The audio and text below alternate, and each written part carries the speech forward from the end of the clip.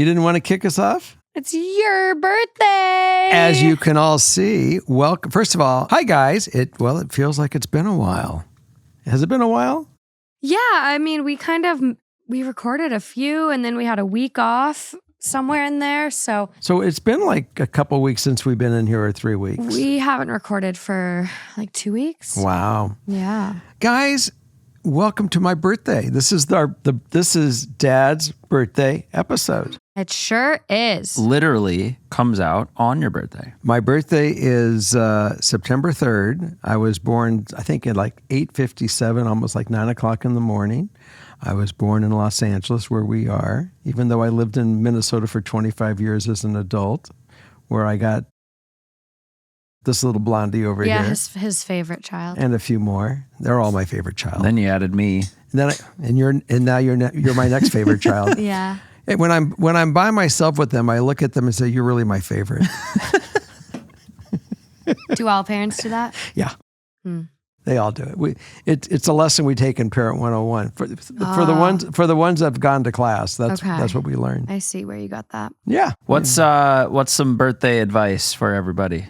For my birthday, I want everyone just to take in the days of this week and just ride the wave. Enjoy the experience. And there's going to be some of us that are going to have tough experiences, but let's just get through them. And make by the weekend we can all share our stories. When's our next group T? Next group T is September 8th. So everyone bring your stories to group T on September 8th. Mm-hmm. Do you want to guess what our theme is? My birthday? Well, birthdays. Yeah. Did we actually have write-ins about birthdays and people's birthdays that went awry and things of that nature? We will see. All the stories involve some birthday in some sense. Really? Yeah. So, yes, I think this will be great. I was going to suck helium on a balloon, but we decided to leave the balloons alone and maybe at the end. Have me be an adult and not a child. Maybe at the end we'll try a little helium. Don't want to kill too many brain cells before we have to give advice. It does. It actually makes me a little dizzy, so I'm glad we're not doing it. All the more reason not to suck helium. Do not try this at home. Because Dad can't afford to lose any more brain cells. No. We're all wearing socks, too, in honor of your birthday. Yes. Apparently, Morgan went into one of the bags and found the socks from one of our shows. Yes, we got all of these socks from some friends in Chicago. So I'm wearing the raccoons, and Morgan is wearing the hot chili peppers in yellow. And Justin is wearing his red chili peppers. Yeah. Alrighty, so let's kick it off and let's go. Let's see what's going on here. Let's do it.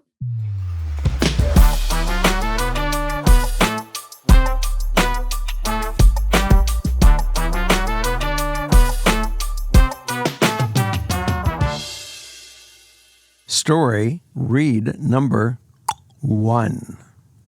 Hi, Jerry, Justin, Morgan. I'm a longtime listener, and this is my first time writing in. So, I'm here today for some family advice relating to my dad and my granddad. It's quite a complex story, as all family drama is, so I will keep this as short as I can. Some background: my dad's parents are divorced. They divorced before I was born, so this is all I have known. His mom, my grandmother, was outcast from the family, not literally, more in an emotional sense, and labeled crazy because after the divorce, she always accused my grandfather of cheating on her and all that jazz. Mm-hmm. My grandfather was a pilot and is a great guy, loyal to the community, and extremely helpful and generous when it comes to family matters. No one believed my grandmother's accusations. My grandmother's mental health deteriorated significantly, and once they separated, she lived alone while he remarried. They both live in the same city 4 hours away from where my family lives, so we only see them occasionally when they come down to visit separately. All things were going great. We loved his new wife, and she became a core member of the family. Now, here's the issue. Last year, my granddad's wife, who we will call Mary, found a series of burner phones and photographs of hundreds of women hidden in a slate in a wall of their house. My granddad had been sleeping with these women, all younger and some younger than me, 20 years old, since before and after the divorce over 30 years ago. He is 86 now. Holy smokes. He was cheating on Mary too. This caused uproar in the family. It became clear that he had been serial cheating since forever, and the mistreatment of my grandmother was all unjust. Anytime my granddad came to visit us in our city, he was using us as an opportunity to cheat. Damn. Dating apps have been found on the phones along with illicit videos and messages. My dad was heartbroken over this. He felt ashamed and so guilty for the mistreatment of his mother. My dad forbade all of us, me and my siblings, from ever communicating with him again. Oh, He man. wanted to punish my granddad in some way, and not allowing him to see us, his grandkids, seemed to be the best approach. Grow up. My dad has not spoken to his father since. Now here's where I need advice. On my birthday, Hey, happy birthday. my granddad sent me a message, as he does every year. I said thank you and moved on. However, I would like to see my grandfather again and talk to him. Not about the family issues, just about life in general. But I don't want to hurt my dad. I know I'm my own individual and am now 21, but I couldn't bear to betray my own father over something I too would never condone. If you were me, what would you do? Would you respect your dad's wishes and not speak to him, or would you drive to his house and meet him anyway? Side note, Mary is 20 years younger than my granddad, and since housing is so expensive, she still lives with him. At the time of all this, my dad offered to pay for a new apartment where she can live away from him, Wow. but she respectfully declined. Thank you. I'm processing all this Yeah. because there are a lot of dynamics that are going on here. And look, we all know that his actions really destroyed the biological grandma, her dad's mother. But in reality, it was really unfair of him not to take a better look at what was going on with the reality of just all the considerations, and just to buy into believe in his dad and think that his mother was insane. That to me is very surprising. And that's on him. Yes. If he wants to go feel guilty because he blamed the wrong person, that's on him. He didn't stand back enough to go look at all the different factors. I just don't think it's my feeling is that if you want to talk to your dad and say, Dad, I understand all of this dynamic, but he's my grandfather. I don't condone what he did, but he's still my grandfather, and I'm still going to have a relationship with him. Mm-hmm. And if you have a problem with it, I'm sorry, but I am an adult. I am my own person, and I'm not going to go behind your back. So just let me ask you one question. Do you want me to go behind your back, or do you want me just to tell you about it and not involve you? Which I think is totally appropriate. I don't need to involve you, but again, I don't want to. You're my dad, and I don't want to lie to you either. So you've really handled yourself with integrity. You've been honest. You've been very direct in what you're going to do. And if he starts to forbid you again and say, Dad, it really isn't up to you to control me. I am my own person. And I'm not going to be manipulated by somebody else telling me what to do and how to do it. That's really not right. No, especially when it is definitely him projecting. Mm-hmm. I find it so strange that they just kind of, by the sounds of it, pushed their grandma away. Which I think is horrible. I just can't even imagine. And I don't want to generalize. I don't want to put people in boxes, but he's a pilot. Mm-hmm. He had a lot of opportunity being in various cities and flying and traveling and doing these things. For your mom to accuse him of cheating, it doesn't seem like it's out of the blue. It doesn't seem like it's so far-fetched. It's not out of the realm of reasoning. Exactly. And it's one of those things where it's like, okay, Mom, I understand you're upset. You guys are getting divorced. He cheated. You're saying he cheated. We're not sure. why are you pushing her away? Why is there this mistreatment? Why isn't it just, I'm your kid, I don't want to get involved, I love both of you, maintaining a relationship with both of you, blah, blah, blah, blah. This whole thing to me is crazy. And then he remarried, sounds like somewhat quickly. Like, come on, dude. But now we're here. And it is not your job, writer, to be in the middle.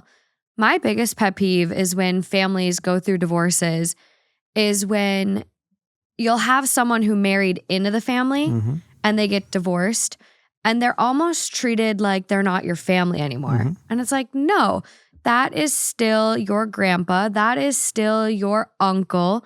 Even though there was a divorce, it's still family. You still have grown with them and like for years. So you just got to sit down, like Dad said, and have a conversation. It's not your battle. Your grandpa's what, 86? You don't know how much time you have. Like, enjoy spending time with your grandpa. Don't get involved in this drama. But yeah, that's your dad projecting. That's not on you.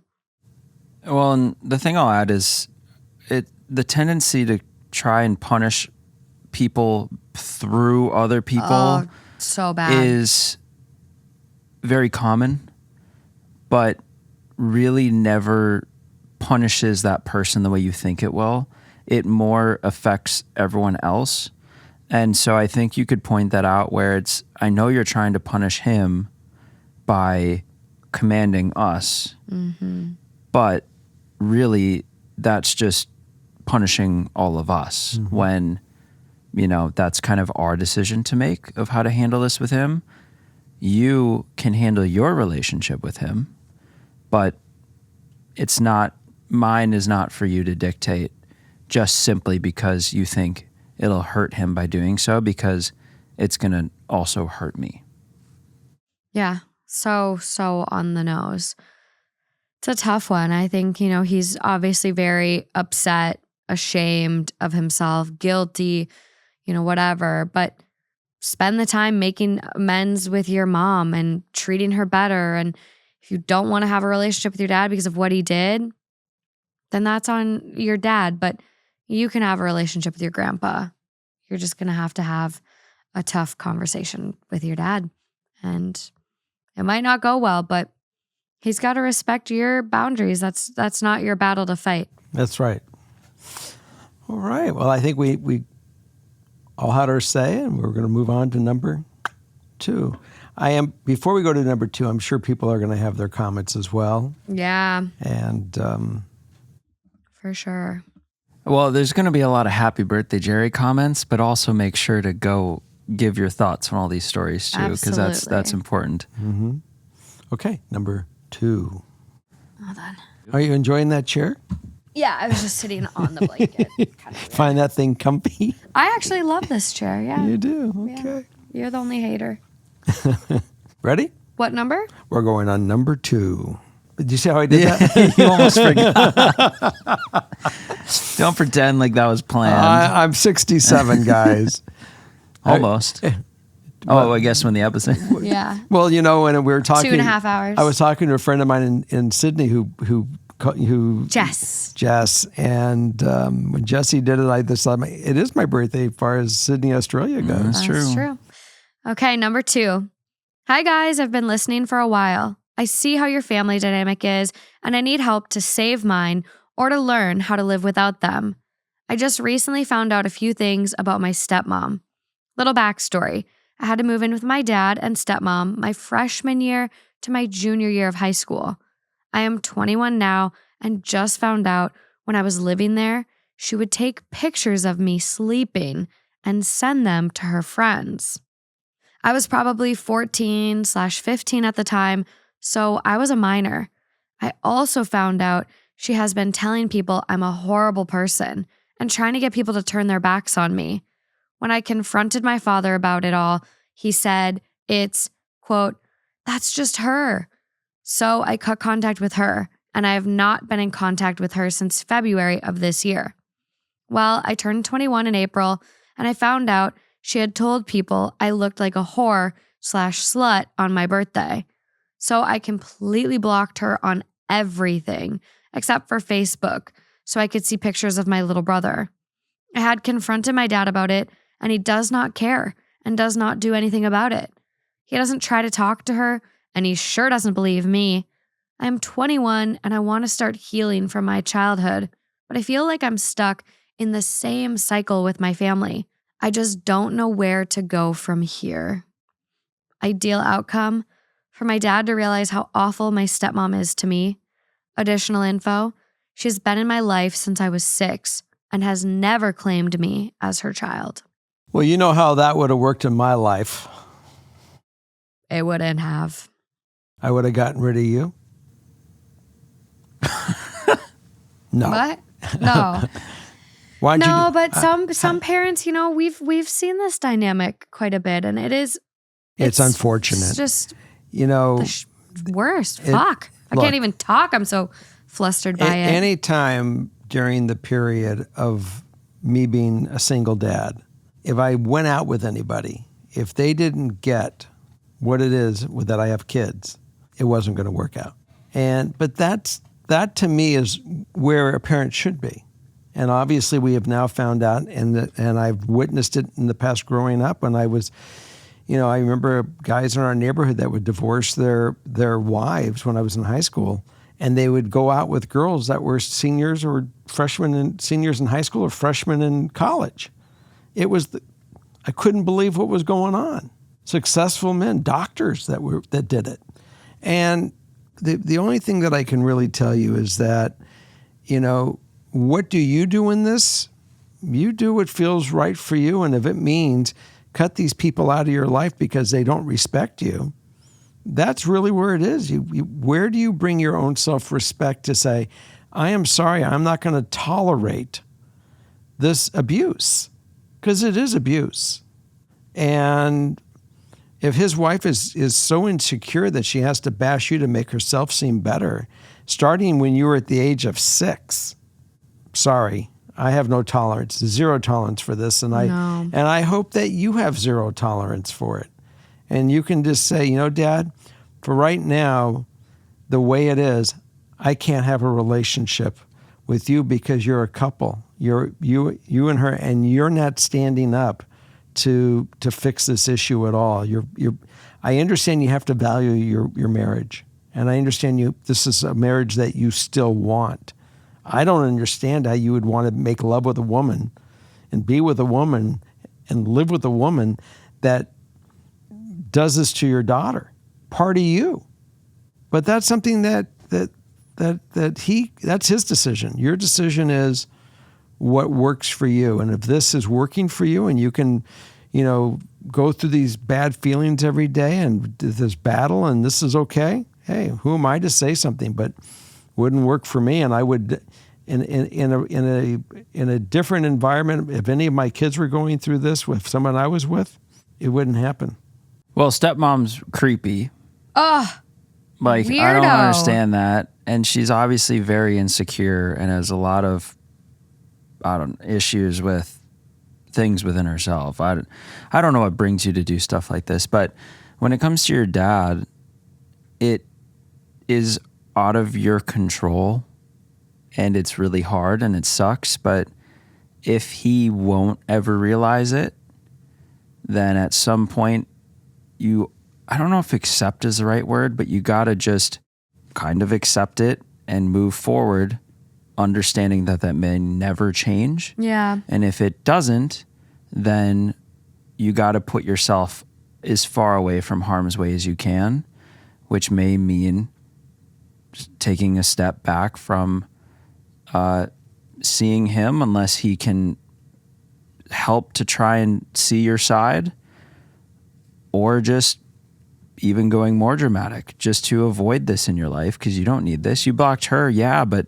really I think you're feeling the most pain from your dad not being on your side. Yeah. It's not so much what the stepmom's doing, even as awful as it is. It's more that your dad, who should be there for you no matter what, is like, whatever, it's just her. Like, what does that mean? It's just her. Oh, she just takes pictures of kids in bed. Like, that's her. I didn't have a problem when I first heard about it. She was taking pictures of her, stepdaughter while she's sleeping. I looked at the innocent factor of, look how cute she is. But this woman is wicked. This woman is plain wicked. Who takes maybe one picture? Like, oh, she's curled up on the couch with a cat. Cute. Okay. But to take multiple pictures, no, and then send them to your friends, send your friends, and say what a brat kid she is, or whatever. And then on her birthday, she looks like a whore slut. Bashing her. This woman is so deeply insecure and threatened by you and your relationship with your dad, which is absurd, right? What woman coming in, being romantically involved with a dad would ever be threatened by his kids? But there are people out there, and they will do whatever it takes to create a wedge, and that's what she's doing. So I'm going to ask a question and give my answer as I ask the question, because maybe you might be different, have a different response. I don't think she should. I'm going to start this way. Okay. Do you think she should have a conversation with the stepmother? I'm sure at this point there's been conversations, and if there hasn't, I don't know if it's necessarily her place. It seems like it should be the dad stepping in and being like, hey, you're not treating my daughter well. The dad isn't willing to do that. I think your dad is just, maybe he feels that sunken cost fallacy. He's in it so deep with her. They're connected. They share a kid together. Maybe he's just a weak person. Genuinely, there are some people out there that just have weak constitutions, and he'd rather ride it out and stay married to this miserable, wicked person than get divorced and have to co-parent, because co-parenting with someone like that could be way worse. Did I hear that they had children together? They do. Yeah. I missed that part. Yeah, that's why our writer hasn't blocked the stepmom on Facebook, because she wants to see pictures of their brother, the little brother. The brother. That's right. I missed that part. I forgot it. You definitely need to have a conversation with your dad and say, this is not something that I really want to deal with. So if you want to have a relationship with me, you're welcome to come visit me. But I don't want to be around that woman. I never want to be around someone that doesn't respect or appreciate who I am. And it's evident that this person does not. So, Dad, I just don't want to be in her presence. And if you feel that that's the only way that you will see me, then I guess we're going to have to, kind of part for a while until you figure out what's really important. And if you don't come back, I understand. And that's a tough decision to make. But you got to also hold your dignity, and you can't continue to allow yourself be abused. Yeah. Simple. I know, you do not deserve this. I mean, this treatment is beyond strange. It is abusive. And I really think it's best to walk and just focus on yourself, being happy. You're 21. You're just coming into this like such fun. You're out of the gate. Times. I mean, you're so, take me back. I'm 30. I want to go back. I'm 67. You have so much ahead of you. And I know that doesn't make it any easier to have to go no contact with a parent, but you deserve to be happy and surrounded by people that love you and lift you up and support you, not tear you down, not belittle you, not get creepy and weird and take pictures of you and bully you when you're a kid. Like, no. So I think as hard as it is, it might be time to cut them off for a bit. Well, certainly have a conversation, take a stance. Absolutely. All right, we're now going to move on to number 3. You thought I was going to do... I didn't know what was going to happen over there. Number 3. One of this week's partners is BetterHelp. What's something you'd love to learn as an adult? Setting boundaries? maybe getting back to gardening, or maybe how to connect with someone you're just not seeing eye to eye with? Well, therapy can help you reconnect with your sense of wonder because back to school era can come at any age. I've loved online therapy myself in the past. It's been so convenient, easy for me to connect with a provider and get the help I need when I need it. I love that I can take sessions in the comfort of my home, my car, at a park. And therapy has really taught me how to advocate for myself and set boundaries, especially with loved ones, because that is hard. So if you're thinking about starting therapy, why not give BetterHelp a try? It's entirely online, designed to be convenient, flexible, and suited to your schedule. You simply fill out a brief questionnaire and get matched with a licensed therapist. And something I love is you can switch therapists at any time at no additional charge. So if you're ready to try for yourself, rediscover your curiosity with BetterHelp. Visit betterhelp.com/FKS today to get 10% off your first month. That's BetterHelp, HELP.com/FKS. My little raccoons are saying number 3. Rakins. Trash pandas. Hi, Jerry, Morgan, Justin, and the 2 Hot Takes fam. Oh. Them too, huh? FKS fam too, eh? I would like to start off by saying that your podcasts mean the world to me. My own family is horrible, so I have officially adopted all of you guys as my virtual family. Wonderful. Thank you. That's like the next step. Chosen family, chosen virtual family. I love it. Now, on to my issue. I have created a monster and I don't know what to do. Because of my family history of abuse, manipulation, and addiction, I vowed to never let my child experience a fraction of my trauma. This has turned into me enabling my son and now his fiance. They have a 7-month-old little girl that is the light of my life. The kids moved out almost a year ago, 22 male and 19 female. My husband, his dad, helps them pay the bills and is trying to teach them financial responsibilities. I am the baby's primary caregiver, and I handle everything my husband doesn't.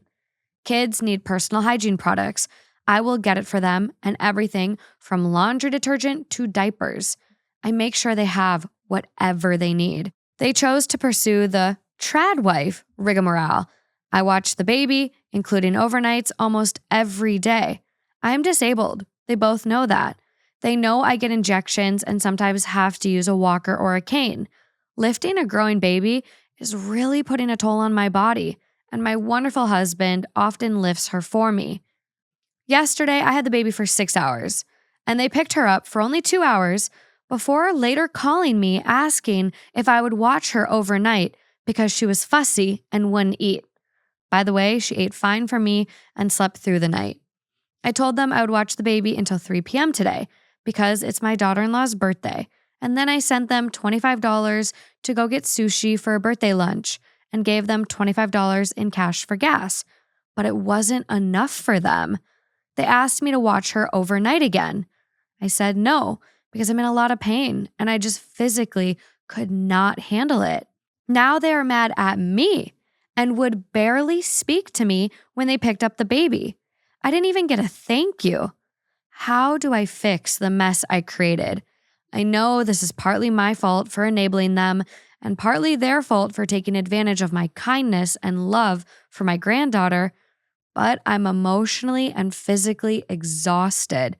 I just don't understand that if they want my daughter-in-law to be a trad wife, why am I watching the baby every day? She doesn't have a job and they chose this path. But getting mad at me because I can't control my pain, honestly, I'm livid with them and I don't want to say anything out of anger. What do I do? Well, I can guarantee you're going to have about 200 write-ins from everybody out there in the audience. Holy smokes. That they're all going to probably tell you, I would say the basically the same theme, but maybe I'm wrong, but here I go. My theme is, you're a grandma, you're not a mom. Yeah, you are taking on quite the role of mommy. And you do recognize you created monsters. Absolutely. So now it's just called tough love. I'm sorry, but it may not be pretty for a little bit, but it eventually will work its way out, I'm sure. It's interesting how you've done more than anyone is probably, well, not more than anyone, but just the lengths you've gone to take care of this baby for them already. Unbelievable. extreme. It's probably in the upper, like, top 1% of caretaking from a grandparent. And the second you start pulling back, they're going to get pissed, even though they've had it better than, I mean, they've had it so easy. And look at this. But they haven't appreciated it. Well, now they especially won't, because all they'll see is the fact that, oh, you're not helping out at all anymore and doing this. And it's like, I should be up on a silver platter based on what I've already done. So it's just, situations like that are so tough, and they're so frustrating because you've gone above and beyond, and everyone's just going to get mad at you for doing it. There was a movie that, like, sometimes people will say, Jerry, you go off topic. And I'm going to stay on topic, but I want you guys to hear this. There was a movie that was called Failure to Launch. It's a good one. And in Failure to Launch, the son got so used to this lifestyle that he really took over the house, and he took over his parents to, be the puppeteer for his relationships. And the answer really is here, you just have to sit them both down at this point. You don't even have to just sit one of them. They're both your family, and say, I love you guys, but we're not going to continue down this path. You are the dad. You have a responsibility. You're the mom. You have a responsibility. You guys together work out your responsibilities, how you're going to do this. And yeah, I'll pitch in once in a while where I can, but you guys have taken advantage of me, or at least the situation. And you may not feel it, but I know what my body can handle, and it can't handle this. I'm now a grandma. I'm no longer a mom. And so you're the stars of the show. And good luck to you. If you want to be angry with me, I totally get it, but I can't do anything more about it. No. And that's the way you do it. And you don't get in a yelling match, but you certainly have this conversation, and you lay out the law that this is the way it's going to be. And there's all the screaming that your son may decide to go engage in as you're doing this. Say, you could scream and go crazy all you want. It's not going to change anything. I think there's a reality too that our writer here is dealing with a lot of chronic pain. It's one thing to hold a 8-pound baby, a 15-pound baby, but you're going to be getting now to 8 months, 9 months, 10 months. They're going to be cruising on furniture. A year, they might start, really taking some steps. Then you're going to get into toddlerhood, and you're already at a point where, your pain is really limiting picking her up. And it's not your job, number one. And I'm so confused by this, which I think this is fucking crazy. A 19-year-old wants to be a trad wife. You're not a trad wife if you're not home watching your kids on your own, baking all your own food, cooking all the meals. Like, you're not a trad wife. She just wants to not do anything. She wants to not have her baby during the day while she sits on fucking TikTok or at night. Whatever. Or at night. Like, when does she have the baby? When does your son have the baby? Because it's both of them. It's not just her. But I'm picking up on this trad wife thing, which is so baffling to me. And it's like, is that the social media glorifying it? Because she's 19. I was going to add something.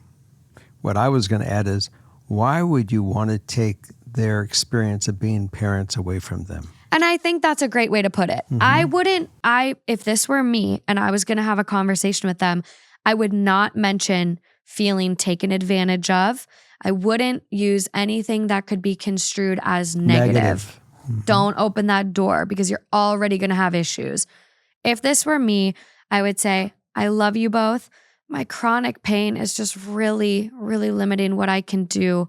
I'm happy to help occasionally, but I really, you guys are missing out on the best time. I just can't imagine me being guilty of taking your parenthood away. You need to do this. And good luck to you, children. I love you. Can't wait to watch it. She's having a tough time feeding or falling asleep. It's because I'm doing it too much. You guys got to really bond with your baby so she gets comfortable with you guys. You don't want her to look at me as mommy.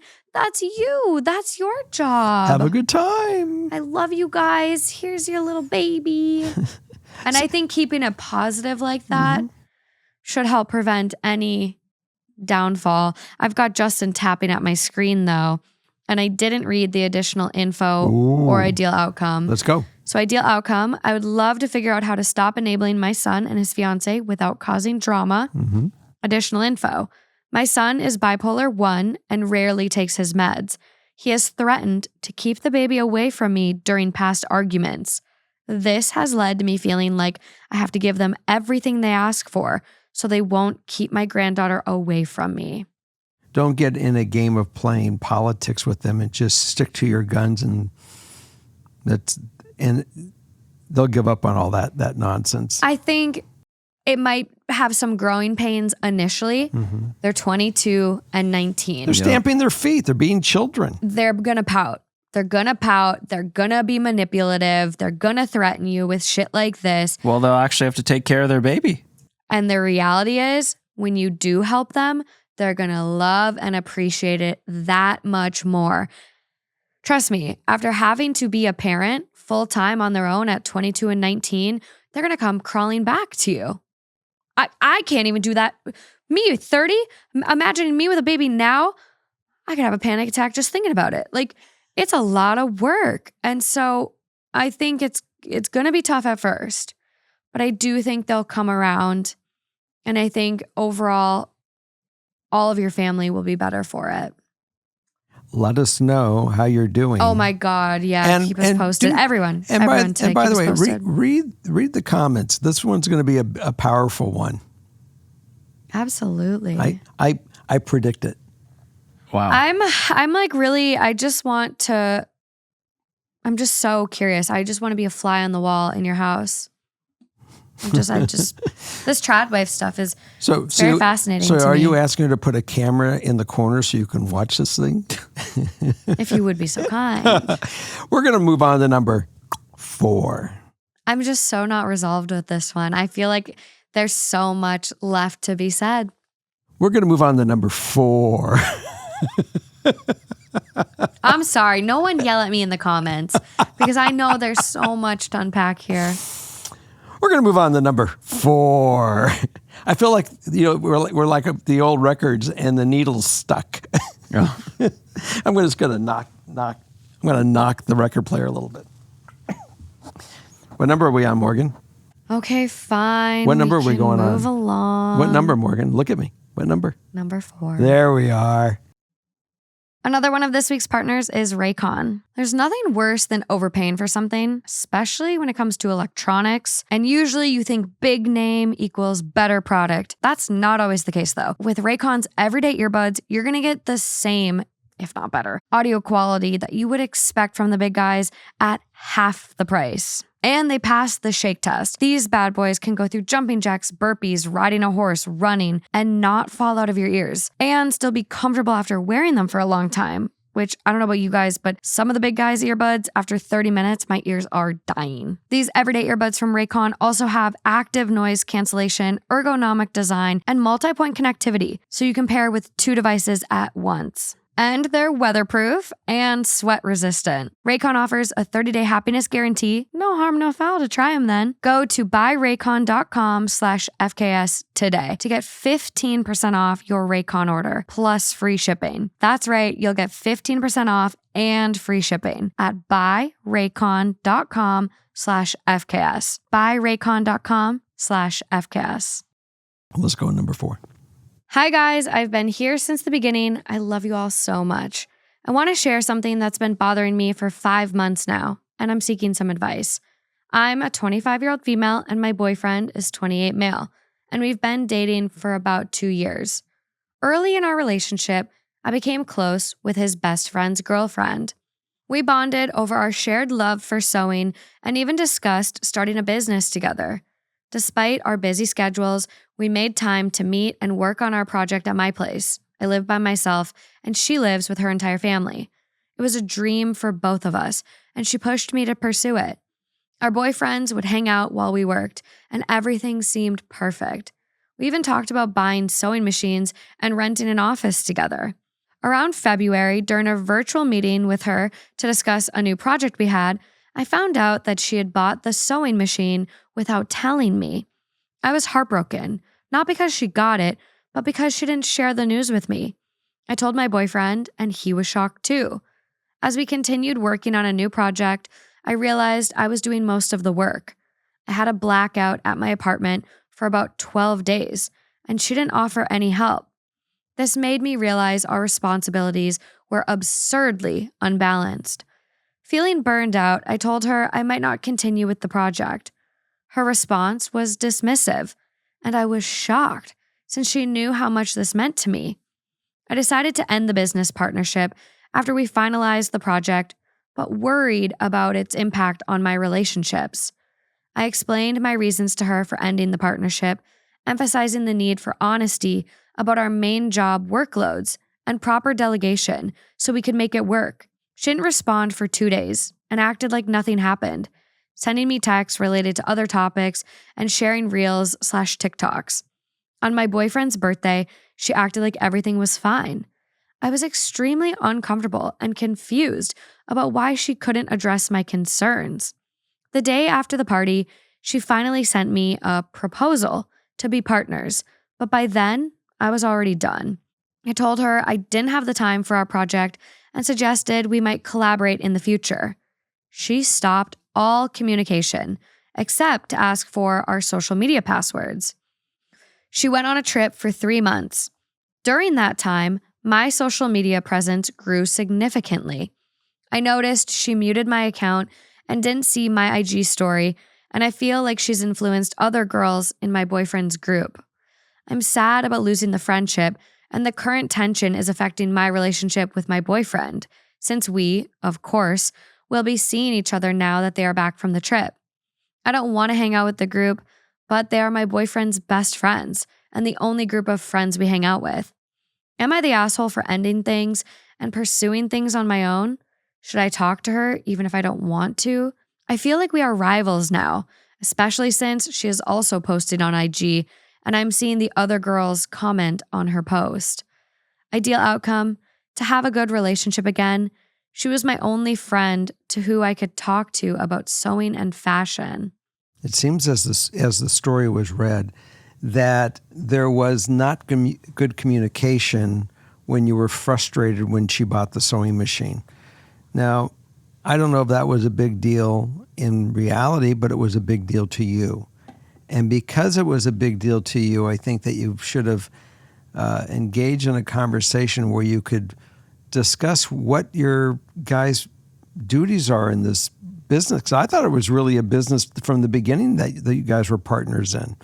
So I'm a little confused at where responsibilities really lie. But let's now take it to where we are today. So you guys are definitely separated. I think that if you have a conversation that you'll say, in the social media, I know she wants the passwords for her continuing the business. I think you guys should say, look, equally, I think what we need to do is break up this website, tell everybody that we have gone our own way, and if they want to get a hold of you, go look at this web address, and if they want to come talk to me, here's my contact information. So you get rid of the actual thing that you guys built together, so you're not battling over that. But at least everyone that is coming to you to do their sewing or whatever you're creating, they can come to you individually. And maybe if doing that, you guys might say to each other, well, maybe we want to keep this, and this is how we want to do it as business partners. Yeah, I mean, as this writing stands, it sounds like they're pretty much separate. They're both doing their own thing, still sewing, still posting on socials, and that's probably for the best. Mm-hmm. To me, when I hear this, I had to check the ages because this feels, I don't know, just bigger than it needed to be. And maybe this is because I went through something, with friend recently, but I think when you kind of laid out everything, which you are so entitled to your feelings and they're so valid, it was giving group project where you're the only one doing the work. And that is so frustrating and so annoying. So I think you are totally right to lay out everything and circle back and say, hey, maybe we weren't as clear as we should have been when we started this business, this project, but I feel like I'm doing a little bit more and I'm feeling a little burned out. Is there any way you could take on more responsibility?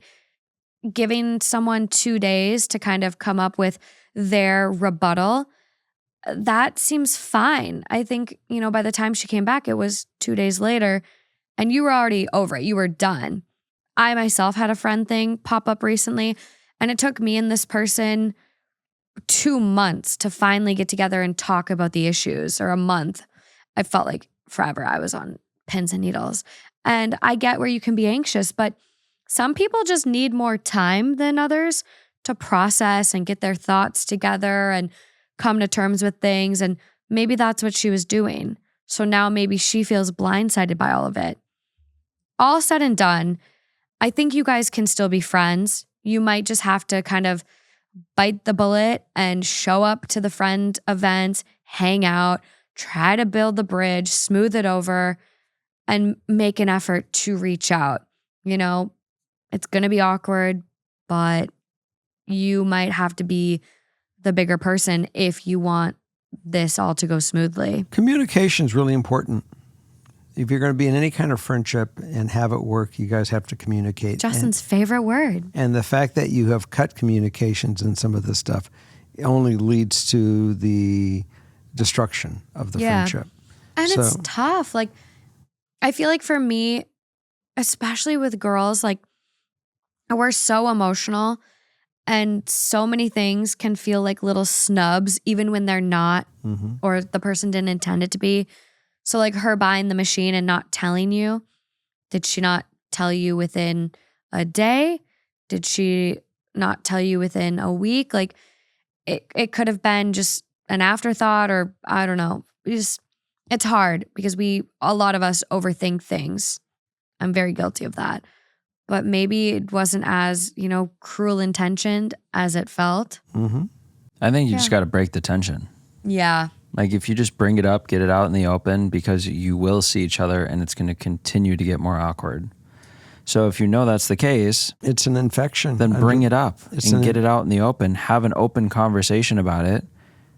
Even though you say, here, should I talk to her even if I don't want to? Well, it sounds like you kind of, you have a choice, but you really don't. If you want to enjoy your time with them, as in the other couple going forward, and just I feel it's too small to have it be like, okay, I'm out of here and I'm not seeing anybody ever again. Because you probably there's no reason you both couldn't have your own businesses at some point and still collaborate or still do. You see brands do this all the time. And so there's no reason you both can't have the same passion, do the same thing. I meet people that are in music all the time. It's not like, oh, well, now you're my enemy because I know you do the same thing I do. It's like, you should connect still on the fact that you both have the same passion. Did she buy the sewing machine with her own money or with the money that these girls had made together, and they both should have talked about it? Because if it was her own money, what difference if she didn't consult with her on the sewing machine? Maybe she said, I like this one. I'm going to work with it. I bought this one. Well, because they're missing a good write-off, So if you use the company card, it's a good write-off. I have no idea. I don't know they even had a company. I don't think they had a business. I'm just kidding. It was all in. So my feeling is that if she wants to go buy a different sewing machine, go buy the sewing machine that you like. I don't even think it's literally, I don't think it's about the sewing machine. It's like they didn't talk. It's just, are we doing this together or are we not? Yeah. And I don't know, like did you need multiple sewing machines anyways? So she was just buying hers. Like this feels like it's kind of snowballed into something bigger than it needs to be. And I get it might feel awkward. You're growing your social media. She's trying to grow hers.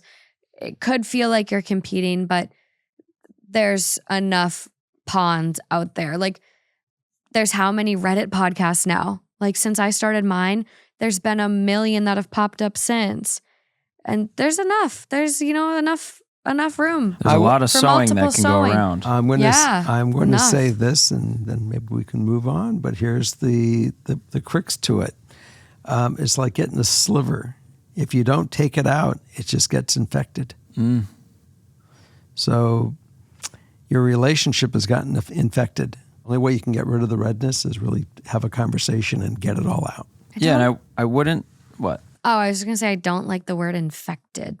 Ugh. Just red and Pussy. Red and Yeah, yucky and hurts. I wouldn't and it's lose your painful. It's sensitive. I wouldn't lose your excitement though. Like the excitement you felt when it was like, oh, we're going to build this. We're going to make this into something. Don't lose that. No. Stay on that same path. You don't necessarily need someone else to do it. No. Just keep on your path. Stay excited. Yeah.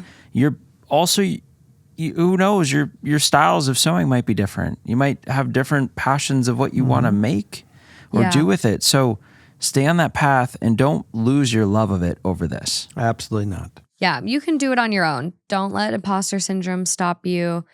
Something I struggled with at the beginning of my podcast, and you can do it. You were doing it. So just keep plugging along. Okay, we're rolling on. Number 5. that a girl. The grand finale. Here we go.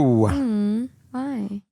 Another one of this week's partners is Hungry Root. As you guys know, I hate meal planning, grocery shopping, especially with a busy schedule and limited time, but still wanting to eat good. That's where Hungry Root comes in. Hungry Root is the easiest way to eat healthy. They send you fresh, high quality groceries and simple, delicious recipes right to your doorstep. And they even have essential supplements, snacks, breakfast options. It's like someone else is doing all your planning and shopping, and you just got to do the easy stuff. One thing I love about Hungry Root is they really try to get to know your personal goals, what you're aiming towards with your health. If you have a special diet like dairy-free or nut-free, you take your initial quiz, set up your preferences, and everything you get is going to be geared towards that. And if there's something in your order that you don't like, it's super easy to change out. My favorite part about Hungry Root has been their breakfast options. I am a hangry person in the morning, and the last thing I want to do is wake up early to prepare food. So things like the smoothies, the overnight oats, just my cup of tea. So if you're ready to try it for yourself, right now, Hungry Root is offering Father Knows Something listeners 40% off your first delivery and free veggies for life. Just go to hungryroot.com/FKS to get 40% off your first delivery and get your free veggies. That's hungryroot.com/FKS. Don't forget to use our link so they know we sent you. Thank you. Hi, Father Knows crew. My dad passed away a couple years ago unexpectedly, and listening to Jerry has brought me comfort, laughter, and helped me get through my days. I'm sorry about your loss. I also love Two Hot Takes and listen every week. Thank you. Duh. Hey. I am writing in to ask for your advice on living alone for the first time and how to proceed with my breakup. I am a 28 female that just left her almost 5-year relationship. A quick backstory, I love my boyfriend, 32, well now ex, very much. I thought he was the man I was going to marry and start a family with. We traveled, enjoyed the quietest of moments together, lived together, got a puppy, went through the darkest of moments, and climbed the highest mountains together. With that said, I had to set boundaries with messaging/liking other women's social media posts, but the last straw was when he got a 22-year-old bartender's phone number and texted her about hanging after I picked him up from a day of drinking, which was the weekend before my birthday, by the way. He also says he isn't ready for marriage and that commitment, even though he told me he sees himself marrying me and starting a family together. So, needless to say, I am moving out this week after living with him for another 3 weeks after breaking up. I am living alone with my dog for the first time.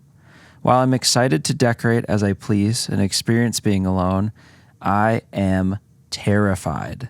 At the same time, I am having anxiety about being alone in my own place. I am simultaneously trying to navigate what this means for our relationship. We are broken up. I made that very clear to him. I am single. He is single.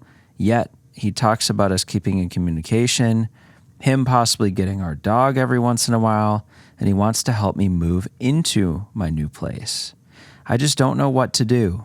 We have said there is no expectation of getting back together, but also no expectation of not getting back together. He thinks regardless, we will stay in each other's lives, but if we aren't together, I don't think I could just be his friend. How do I approach this new chapter I'm about to face, being on my own and navigating what my relationship with my ex will be? Thank you for being amazing. Love you guys for all you do. It takes an awful lot of discipline and open-mindedness and all these thoughts. I can't even think of the words to be able to go jump right out of the relationship and into a friendship. I'm not saying you can't do it. I've been very successful going from relationships to eventual friendships and know that there's certainly a separation there and those boundaries. But sometimes there's a healing period. And you got to get through that healing period. You don't just fall back into expectations of whatever a couple have expectations of because now you're friends. It's different. And it's weird the fact that, you've already had a problem when you got the phone number to a 22-year-old, bartender.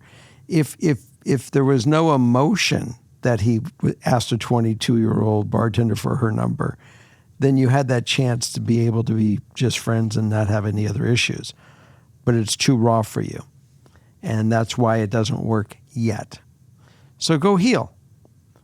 Take it. I understand you're feared of being on your own. It's a good experience. I mean, obviously you want to make sure that you really keep yourself safe. I mean, the fact that you got a dog, enjoy that dog. That dog is part of your protection. I don't know where you live. I don't know what your neighborhood is like, your environment, but it's good that you have a dog, someone to watch. I mean, my house got broken into last week. I went away for a day. I came back, flew back into town, went home in an Uber, and at 1:30 in the morning, I walked in my house. My doors were open. My house was upside down. Ransacked. I mean, really ransacked. And the first thing I did was walked out of the unit. Our police departments in Los Angeles are slow, so I called our security company that we have as additional. They came out. I said, please go through my house, clear each room, each closet, make sure there's no one in there, that it's safe for me to come back in. And then that's what I did. But I understand that feeling safe. Yeah. But I also say you can't live your life in fear either. No. And so if you've organized your life to go to a place that's relatively should be safe, and you have your dog and you have your friendships and people that you communicate with, I think you'll be fine. Absolutely. You'll get into your own groove and you'll have no issue, and this will all pass by. Well, and you'll quickly find your new normal. Mm-hmm. And it doesn't take long. Even when Morgan and I first moved into this house we're in now, it was kind of like, oh God, like we're spending our first night here. It was weird. Alone, and it was really weird. Like, what if someone like comes around the house? Like, what if they're knocking on our bedroom window? Or you just get all these weird thoughts. But now it's like, it's home. We go home and go to sleep, and it's totally comfortable. It's just getting into that new normal. Mm-hmm. But I will say, the being friends thing, let's like completely push that out of our minds. It may happen in the future, yes, but it will never happen if you do not absolutely close the door, break contact, become your own person again, become, totally separate individuals in the world. Mm-hmm. And once you can do that, and you can think like, oh yeah, if I think about my ex with someone else, doesn't bother me. And like truly doesn't bother you. Like, yep, you respect the time you had together. You didn't work. And if you can get to that place, maybe. But right now, it's got to be like, I'm never going to see this person again in my life. And I need to completely heal on my own. And that's the only way that'll ever be possible. But if we're somewhere in this gray area, you're just going to keep getting hurt. You'll probably get back together. This will happen again. You'll get hurt. And you're just going to go into this vicious cycle that we see so many people go into. Mm-hmm. Yeah. I'm truly I'm so excited for you. Moving into your own place, you're going to have a blast. Get some security cameras. We love Eufy. There's Ring. I mean, there's so many, but put a Ring doorbell or a Eufy doorbell cam on your door. Even if you're renting, they make renting safe, little lock boxes. They can't get them off. Just beef up your security. Put one on an outdoor patio, especially if it's ground level. Just have certain things that make you feel safe. The cat claw, keychain thing. Maybe you get mace or the alarm that you pull it and it goes really loud. Do those little things, but you're gonna be safe. You're gonna have just such a good time living on your own and moving in. And like Justin said, and I said, it will be weird at first, but it's gonna be good because I think you'll love it. Well, and especially because you're moving on from someone who doesn't respect you, who doesn't treat you the way that a loving partner should. He's 32, not ready to settle down, not ready to get married. If you're 32 and you're telling me no, how much longer? Like, where are you at? And if you want kids, then you especially got to kind of consider things. I think there's just so much disrespect with not only the liking people's photos on Instagram, especially after you've had conversations about it, but then to get someone's number. Why? Why did you ask for her number? So you were flirting all day. You were flirting or perceiving yourself as single enough that she would give you her number. What did you intend to do with it? It's weird. It's disrespectful, and there were definitely not good motives involved in that. And I just think he has a lot of growing up to do. And I get where you're probably at. You know, you said you went through the worst of the worst. You lost your dad when you were dating this person. I'm sure he was there for you and really lifted you up, but the right person doesn't do those kinds of things. And don't let him help you move in to your new place. Start fresh. No memories with him there. It'll just start fresh, truly. And I know you, like you said it yourself, like you can't imagine having him in your life as just a friend. Don't. Take at least 6 months to not talk to him. He fucked up. That was not appropriate behavior for someone in a relationship of 5 years. So get some closure. Enjoy living on your own. This new apartment. You don't have a Mojo Dojo Casa house anymore.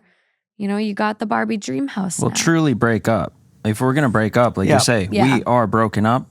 Be broken up. Be broken up. Otherwise, you're really not. And The yo-yo he's going to end game up getting the best of sucks. both worlds. You got to be immune to his actions. When you're immune to whatever his actions are, then you can be friends. But you got to be totally immune. I mean, you could give a shit. Whoever he's with, you say, hey, she seems cool and I really like to meet her. And if you all want to be friends, I mean, that's the only time it's safe. It's when you are totally immune. You are dead to those feelings.